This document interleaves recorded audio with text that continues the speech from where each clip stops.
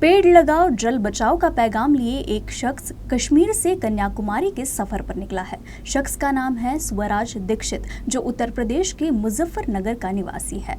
अपने 2 महीने के इस सफर में स्वराज ने लगभग 2000 किलोमीटर का फासला साइकिल से तय किया है। मंगलवार को स्वराज नागपुर पहुंचे। यहाँ ऊर्जा फाउंडेशन के युवा कार्यकर्ताओं द्वारा उनका स्वागत किया गया।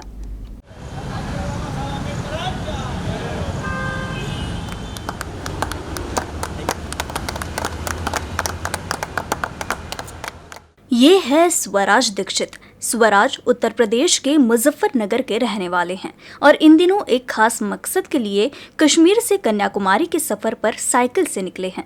स्वराज 21 जुलाई को मुजफ्फरनगर से निकले थे और विविध शहर और राज्यों का दौरा कर मंगलवार को नागपुर पहुंचे।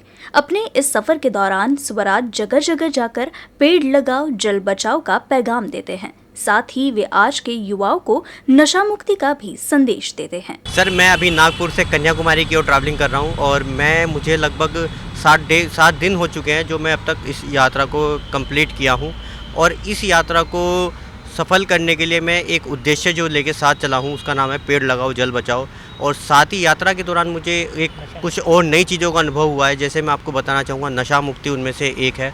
कहीं ना कहीं हमारे देश के युवा मैं नशाखोरी ही नाम बोलूँगा इसको, क्योंकि नशाखोरी में बहुत ज़्यादा इन्वॉल्व हो चुके हैं, बहुत ही कम उम्र के लड़के।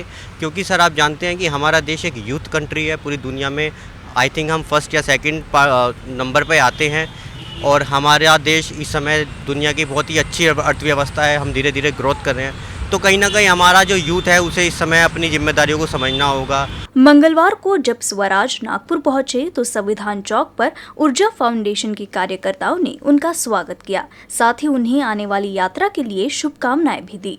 एक तरफ देश में एक ऐसा माहौल चलता है कि जहां कन्याकुमारी से कश्मीर लोग यात्रा निकालते हैं इसी की बसों में, और राजनीतिक पहलू हो गया। लेकिन ये व्यक्ति बिना किसी स्वार्थ के, बिना किसी निस्वार्थ भाव से आज अपना राष्ट्र को एक करने के लिए, राष्ट्र के युवाओं को जागरूक करने के लिए, नशा से दूर करने के लिए, पर्यावरण सजग प्रेमी बनाने के लिए ये कार्य कर रहे हैं।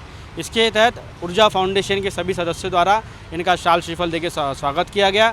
साथ ही साथ एक प्रोत्साहन राशि जो इन्हें आगे काम आएगी वो भी दी गई। और क्योंकि ये नशा मुक्ति के लिए कार्य कर रहे हैं, इसलिए इन्हें ऊर्जा फाउंडेशन का आजीवन सदस्य भी बनाया जाता है। और इनके आगे के लिए भृगु प्यारी की तरफ से जो मेडिकल फर्म है उनके तरफ से इनकी व्यवस्था, आगे इनको जो भी दवाइयों की लगेगी वो की जाएगी। हमने इनसे आगे का मार्ग का रूट लिया है। इन्हें आगे जहाँ कहीं भी व्यवस्था लगेगी उस व्यवस्था को हम पूर्ण करने के लिए सजग रहेंगे और इनकी जल पानी की आगे की व्यवस्था हम अवश्य कराएंगे। स्वराज नागपुर से अब कन्याकुमारी की ओर निकल गए। अपने 2 महीने के इस सफर में स्वराज ने अब तक लगभग 2000 किलोमीटर की यात्रा पूरी कर ली है। इस दौरान उन्हें बदलते मौसम, तेज बारिश और बाढ़ के खतरे से भी रूबरू होना पड़ा। इन सब के बावजूद वे डटे रहे और उनका हौसला उनके लिए पैगाम लिए आगे बढ़ता रहा।